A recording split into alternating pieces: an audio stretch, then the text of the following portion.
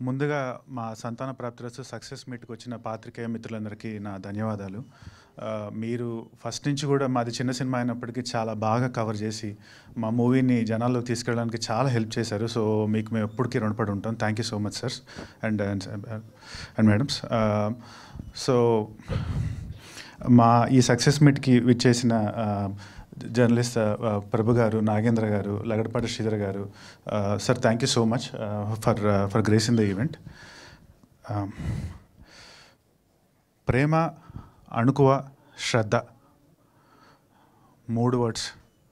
ఇప్పుడే ఆలోచించి అక్కడ నుంచొని అంటే అసలు ఏం చెప్పాలి మా సినిమా గురించి. ఇప్పుడు అయిపోయింది, మీ చేతుల్లో పెట్టాం, అంతా బాగుంది. కానీ సంతాన ప్రాప్తిరస్తు గురించి ఈరోజు నేను సమ్మరైజ్ చేయాలంటే ఏం చెప్పాలి అని ఆలోచించాను అనమాట.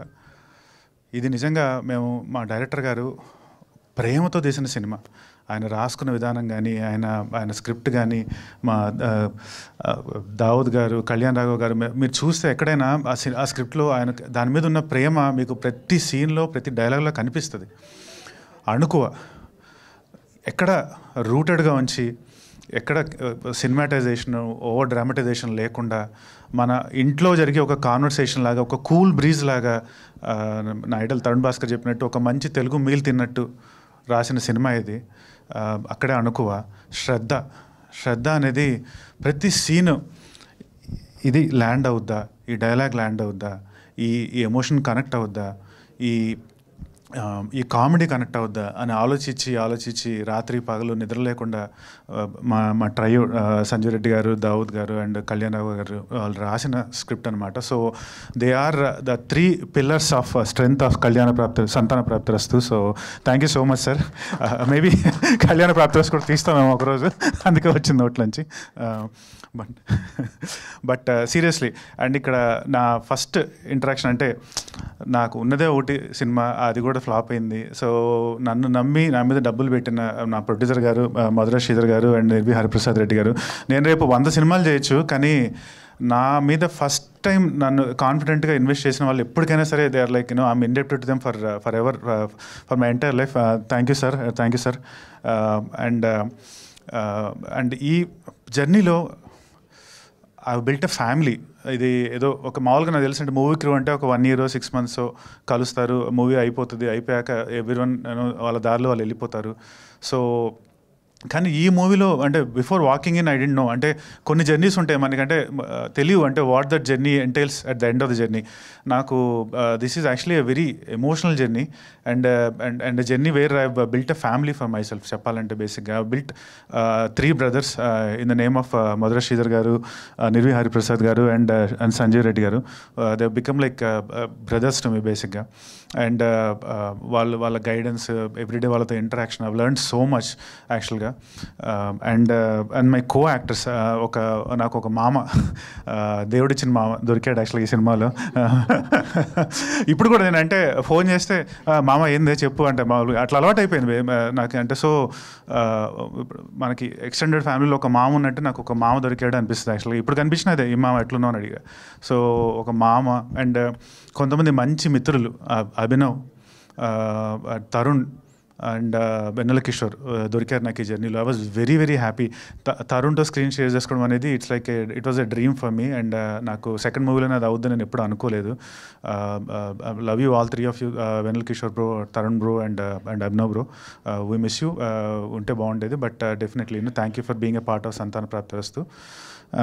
అండ్ ఇక్కడ నేను బాగా మాట్లాడాల్సింది అంటే నా కోస్టార్ చాందిని చౌదరి గురించి. ఆబ్వియస్లీ నేను ఆ గురించి కొత్తగా మీకు ఎవరికి చెప్పాల్సిన అవసరం లేదు, కానీ ఈ స్టోరీ నెరేట్ చేయగానే తను స్క్రిప్ట్ డీటెయిల్గా చదివి తనకి నచ్చి తీసుకోవడం, రావడం and being a part of this movie. Without her addition Santhana Prapthirasthu would not have been what it is today బేసిక్గా. That I can tell very confidently. And ఆ ప్రాసెస్లో we become very good friends, almost like మనకి ఇంటర్లో, స్కూల్లో, కాలేజ్లో friends అవుతారు. అలాంటి ఒక మంచి ఫ్రెండ్ అయ్యాడు. ఇవాళ కాలేజ్ అయిపోతుంది, వెళ్ళిపోతున్నాం, ఆ ఫ్రెండ్స్ అందరూ వెళ్ళిపోతున్నారు అనే టైప్ ఒక ఎమోషనల్ ఫీలింగ్ ఉంది లోపల. So that's my feeling. So మనకి ఇంత మంచి ఫీలింగ్స్తో ఒక సినిమా బయటకు వచ్చింది అంటే ఆ సినిమా బాగానే ఉంటుందండి బేసిక్గా. ఎందుకంటే ఆ ప్రేమ, అణుకువ, శ్రద్ధ మీకు ప్రతి ఫ్రేమ్లో కనిపిస్తాయి. మేము ఆ సినిమా 14th రిలీజ్ చేయడం జరిగింది. రివ్యూవర్స్ రివ్యూ ఏదైనా సరే శిరోధార్యం, మేము దాన్ని కాదనలేం. ఎందుకంటే every one has a perspective. కానీ మేము ఎలాగైనా సరే దీన్ని మూవీని తీసుకెళ్ళాలి జనాల్లోకి అని చెప్పి మేము తీసుకెళ్ళాం. ఎక్కడికి వెళ్ళినా సరే పీపుల్ వర్ సో హ్యాపీ. అందరూ చెప్పారు మంచి సినిమా, ఇది చాలా మంచి సినిమా, బాగా మాకు నచ్చింది, మాకు కామెడీ నచ్చింది, ఎమోషన్ నచ్చింది, మేము ఎంజాయ్ చేస్తున్నాం, ఎన్నో రోజుల తర్వాత ఒక మంచి ఫ్యామిలీ ఎంటర్టైనర్ చూసాం అని చెప్పి అందరూ చెప్తుంటే మాకు ఎంత హ్యాపీగా అనిపించిందో. విజయవాడ, ఏలూరు, కాకినాడ, రాజమండ్రి, ఏ ఊరు వెళ్ళినా ఇదే రెస్పాన్స్, ఎక్కడ చూసినా హౌస్ఫుల్స్. సో మాకు అంటే మేము ఇన్నాళ్ళుగా కష్టపడ్డ మా కష్టం మొత్తం ఒకసారి తీరిపోయింది అనిపించింది. అండ్ కలెక్షన్స్ కూడా ప్రొడ్యూసర్ గారు చెప్పారు 3.53 crores అని. పోస్ట్ కోవిడ్ ఒక హీరోకి నిలదొక్కుకోవడం అనేది ఎంత కష్టం I think most of you people know. అంటే ఒకప్పుడులాగా ఆడియన్స్ ఫుట్ఫాల్స్ లేవు, థియేటర్స్లో ఎవరు రావట్లేదు. సో ఎలాగో అలా వాళ్ళని రప్పించాలి, వాళ్ళు మమ్మల్ని ఆడియన్స్కి నా ఫేస్ ఫెమిలియర్ అవ్వాలి అని ఎంత ట్రై చేసినా it's just such a hard thing to do now days బేసిక్గా. కానీ ఈ మూవీకి వాళ్ళు రావడం, అప్రిషియేట్ చేయడం, and I'm so happy and so indebted. లాస్ట్గా నిన్న ఐబొమ్మ వెబ్సైట్ డౌన్ అయింది. ఇంకొక వెబ్సైట్ ఉంది, దాన్ని కూడా తొందరలో డౌన్ చేస్తానని అనుకుంటున్నాను. ఎందుకంటే ఒక మూవీ అనేది ఎంతోమంది కష్టం, ఎంతో ఒక క్రూ, ఒక వర్క్ చేసే ఒక డ్రైవర్ దగ్గర నుంచి అక్కడ షార్ట్ చెప్పే డైరెక్టర్ వరకు, యాక్ట్ చేసే యాక్టర్స్ వరకు వాళ్ళందరి కష్టం. సో దాన్ని అంత సింపుల్గా తీసుకెళ్ళి ఒక వెబ్సైట్లో పెట్టేసి ఆడియన్స్కి ఇచ్చేస్తే దానివల్ల ఎంతోమంది జీవనోపాధి కోల్పోతున్నారు, ఎన్నో వేల కోట్ల నష్టం జరుగుతుంది సినిమా ఇండస్ట్రీకి.